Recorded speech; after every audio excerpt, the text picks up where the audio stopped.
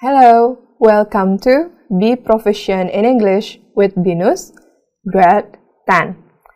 My name is Listia and I'm going to be your instructor. And today we're going to talk about writing biography.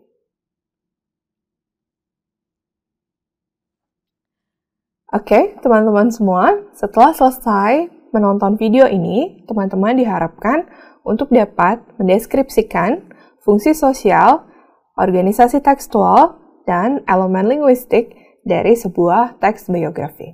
Ayo kita mulai. Okay, do you still remember a short biography about President Abdurrahman Wahid in the previous video? Well, what about it?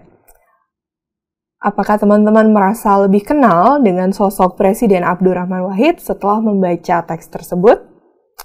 Okay, this module will discuss more about that kind of text or the biography text and tell you how to write a biography text. A biography. Biography is an account of someone's life written by someone else. Ini bisa teman-teman jadikan pembeda antara autobiografi dan biografi. Biografi biasanya ditulis oleh orang lain, sedangkan autobiografi ditulis oleh diri kita sendiri tentang kehidupan kita. Biography is non-fiction. Tentu saja ya, biografi termasuk ke dalam genre non-fiksi atau non-fiction. Generally speaking, biographies provide an account of subject's life from the earliest day, such as childhood, right up to the present day or their death.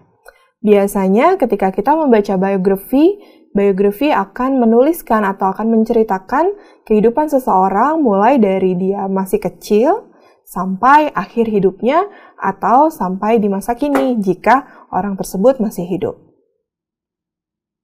A well-written biography should also paint a picture of subject's personality and as well as their experience of life.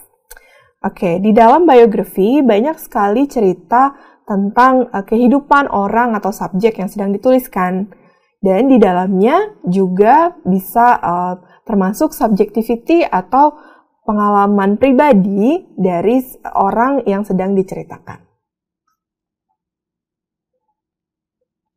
Oke, apa sih tujuan dari biografi? Well, the purpose of a biography is to provide an account of someone's life. Jadi sudah jelas ya, biografi adalah biografi bertujuan untuk menceritakan kembali cerita kehidupan orang lain atau yang kita sebut sebagai subjek. Selanjutnya kita akan membahas tentang struktur biografi. Dalam teks biografi, teman-teman bisa menuliskannya seperti apa? Well, this will tell you how to write biography step by step.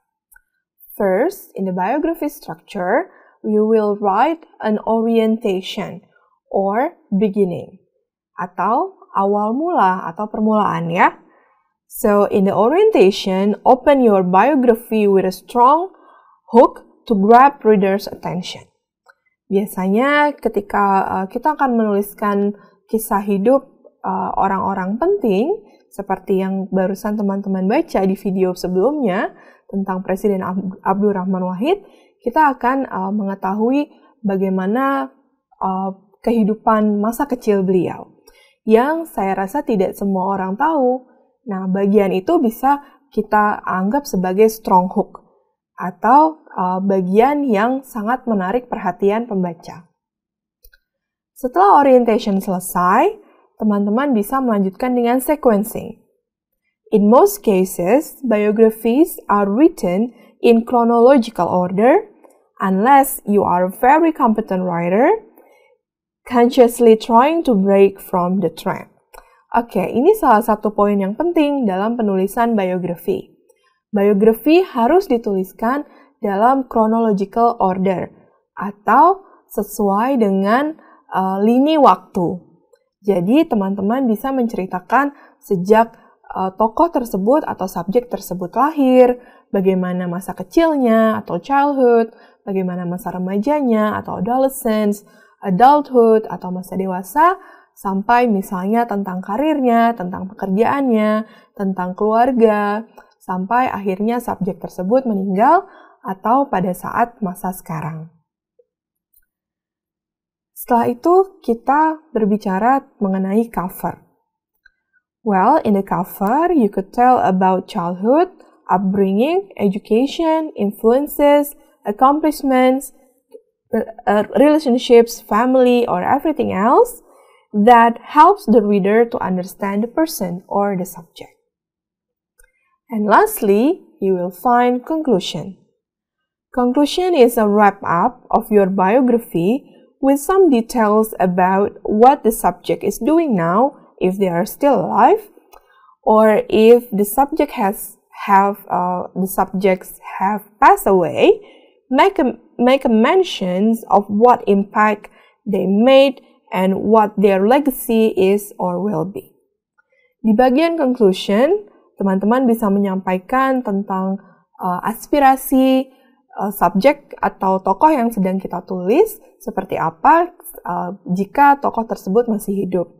Jika tokoh tersebut sudah meninggal, teman-teman bisa menuliskan tentang legasinya atau apa sih yang ditinggalkan oleh tokoh tersebut untuk pembaca yang lebih luas. Alright, begitu biography structure. Bagaimana? Teman-teman sudah merasa lebih mudah ya untuk menuliskan biografi.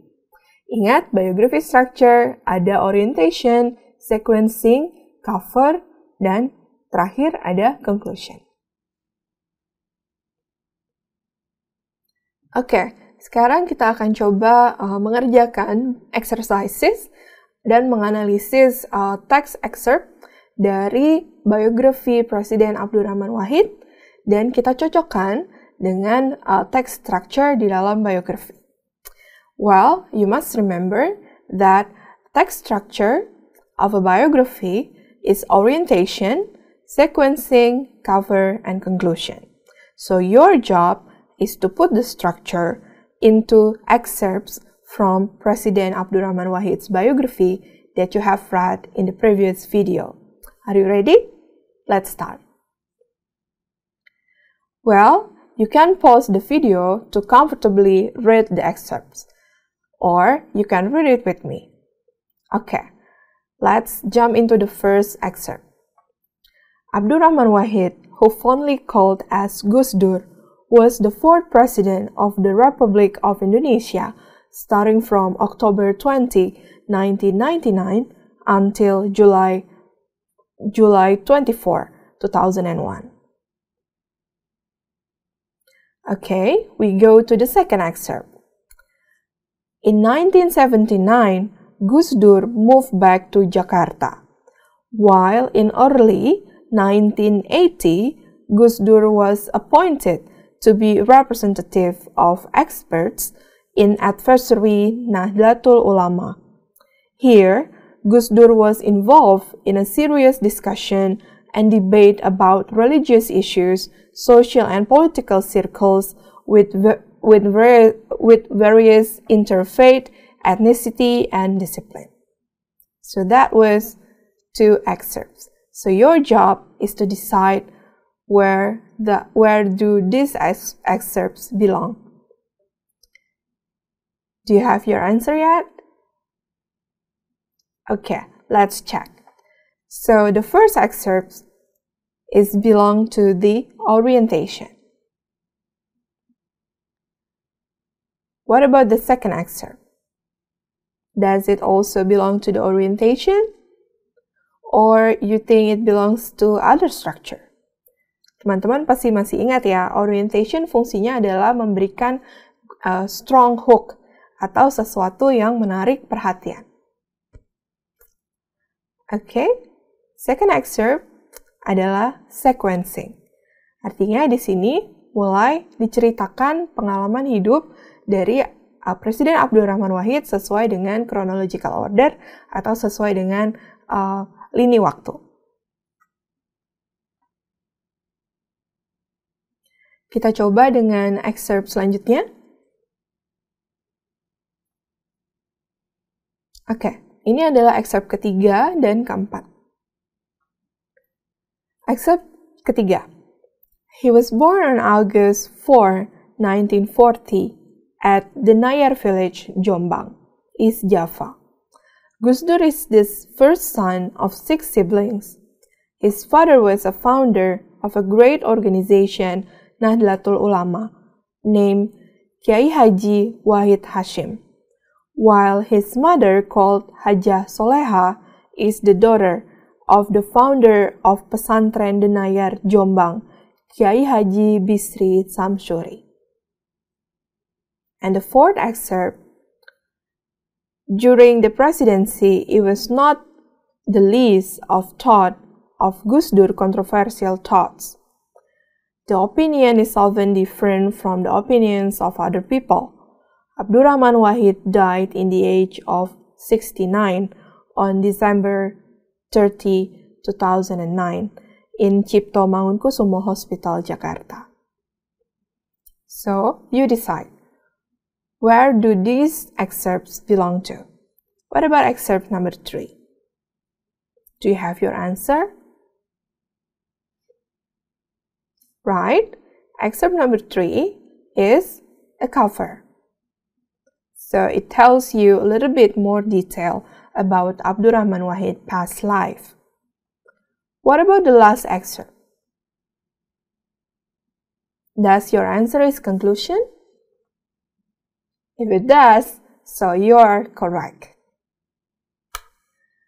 Right, so we move to language features. Language features di dalam biografi ada beberapa sebagai berikut ya teman-teman. Yang pertama adalah biasanya biografi itu menggunakan descriptive dan figurative language atau bahasa deskriptif dan bahasa figuratif. Kenapa? Karena dengan descriptive and figurative language, they will paint images inside the reader's mind or the audience mind as they read, and use time to connect the link of the events. Jadi dengan menggunakan bahasa deskriptif dan naratif, maksud saya bahasa deskriptif dan figuratif, teman-teman bisa mengeksplor bagaimana suatu kejadian dalam kehidupan subjek itu bisa tergambar. Jadi readers atau pembaca teman-teman bisa lebih connect atau engage dengan tulisannya. Selanjutnya adalah perspektif. Biographies written from the third person point of view. Tentu saja ya, ini yang membedakan biografi dengan autobiografi. Biografi ditulis dengan sudut pandang orang lain, sedangkan autobiografi ditulis oleh sudut pandang sendiri atau orang pertama. Selanjutnya details. So it is very important for you to give specific details about the subject, places, events, times, dates, and etc. And it is also important that you have to reflect on how the event shapes the subject's life. You might want to include some relevant photographs with captions. So, penggunaan foto atau gambar yang berhubungan dengan sebuah peristiwa dalam kehidupan subjek juga penting bisa dimasukkan atau disertakan di dalam sebuah biografi. A timeline may also be of use depending upon your subject and what you are trying to convey to your audience. And lastly is the use of tense or verb tense. Oke, ketika teman-teman menuliskan sebuah biografi, penting untuk memperhatikan tenses yang akan teman-teman gunakan. Biasanya ketika kita menulis biografi, tenses yang akan kita gunakan adalah past tense. Oke, atau tense yang berhubungan dengan masa lampau. Oke teman-teman, ini adalah bagian akhir dari video kita, yaitu reflective questions. Well, are you interested in writing biography? Tell us more about the person whose life you want to write about and why. Jangan lupa tulis jawabannya di kolom komentar ya. Alright, this is the end of the video. I'll be seeing you in another video. Keep the spirit up.